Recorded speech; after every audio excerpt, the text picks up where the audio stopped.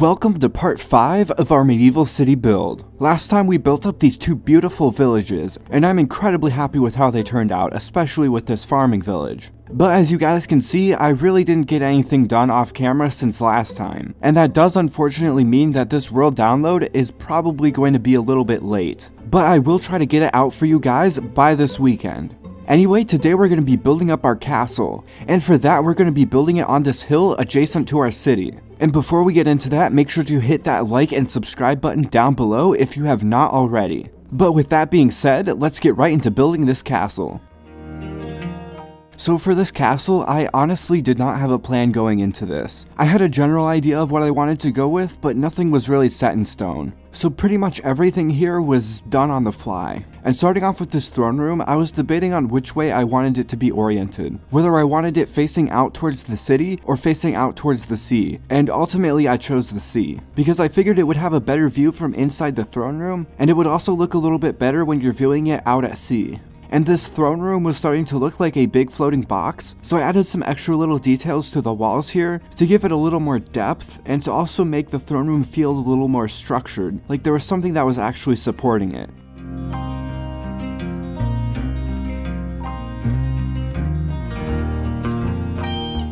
And now moving on to the roof, I made these little supports, and I went through a few design iterations before I landed on this one, and I'm still not completely happy with this one I ended up with, but I think it looks fine and you can still tell what it's supposed to be. And then for the roof itself, I went with light blue terracotta and then highlighted that with nether brick. And I really like the way nether brick looks with the terracotta blocks. I really think it makes them pop a lot more and it just looks really good. But that's it for this throne room for now. All the extra details we'll get to later.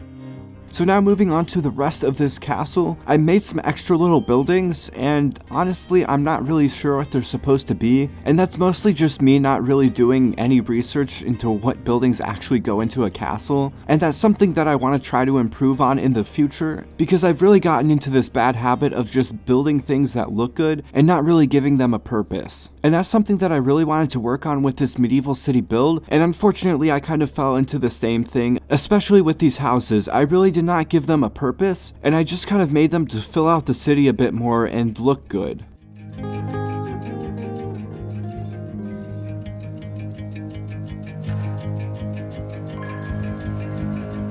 But going back to this castle, I really wanted to have this giant building at the center and then have like a little walkway going underneath it, and then at the other side there would be two areas that overlook the forest. And I'm honestly pretty happy with how this building turned out. I also added some extra little details to these buildings like I did with the throne room to again give them some more depth and make them feel a little more structured. But that's it for these buildings. Now it's time to start working on the towers.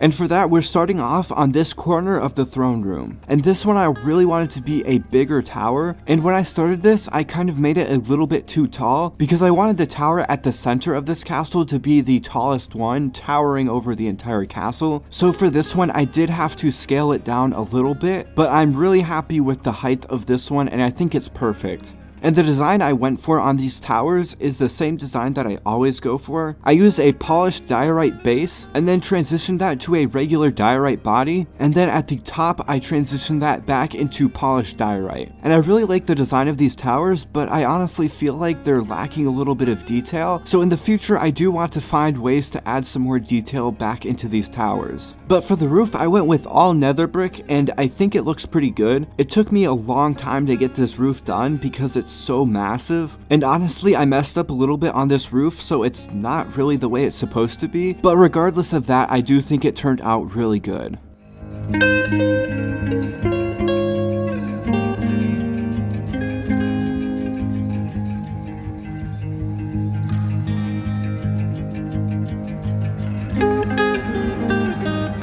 And then moving on to the center tower, again I wanted this one to be the tallest tower out of all of them, so I really made this one tower over everything in this castle, and I think it turned out incredibly well. I also decided to go with a spruce wood roof on this one to kind of make it a little more unique from the rest of the towers, and I think that spruce roof turned out really good. And honestly, the general design of this tower is almost identical to the first one that we made. And then for the rest of these towers, they're a little bit smaller than the other two, but they use the same general design with the diorite. And then for the roofs, I went with blue terracotta and then highlighted it with nether brick, just like I did with the throne room. But that is it for the main structure of this castle, and now it's time to add the extra little details. And for that, we're just going to be filling in the windows where they need to be, and then adding in a rocky base to the outline of this castle.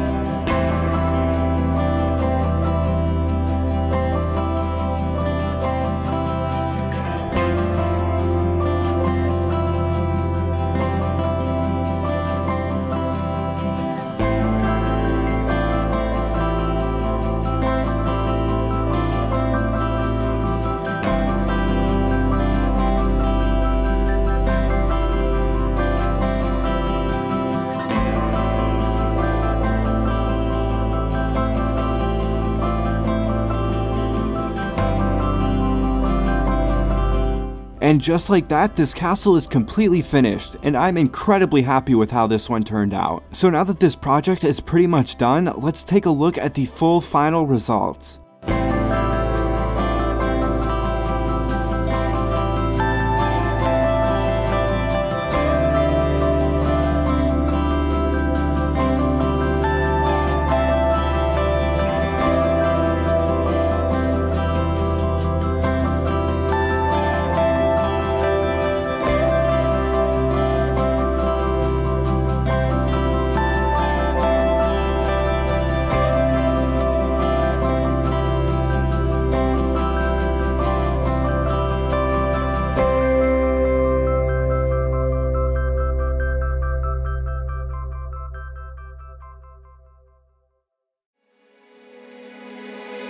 So that's it for this medieval city build. And like I said at the beginning of this video, I'll do my best to try and get the rest of this done off camera so that you guys can have a world download by this weekend. So if you're watching this right when this video comes out, you're gonna have to wait a little bit for a world download. But if you're watching this a little bit later, there's probably already a link down there for the world download if you want to check that out. But anyway, I think this is going to be the last of my monthly projects that I've started this year. I've just been feeling a little bit limited in the content that I can make on this channel, and I don't really want to limit myself in that way. So starting next week, I think I'm going to start focusing more on smaller weekly projects. And to start that off, I'm thinking of doing a village transformation because I haven't done one of those in a while, and they seem to do pretty well on YouTube. Now this doesn't mean that I'm going to stop doing bigger projects, I'm just not going to be releasing the parts back to back like I have been recently. But anyway, if you're excited about this content shift, then make sure to hit that subscribe button if you have not already. And that's all I have planned for today, so as always, don't forget to keep building.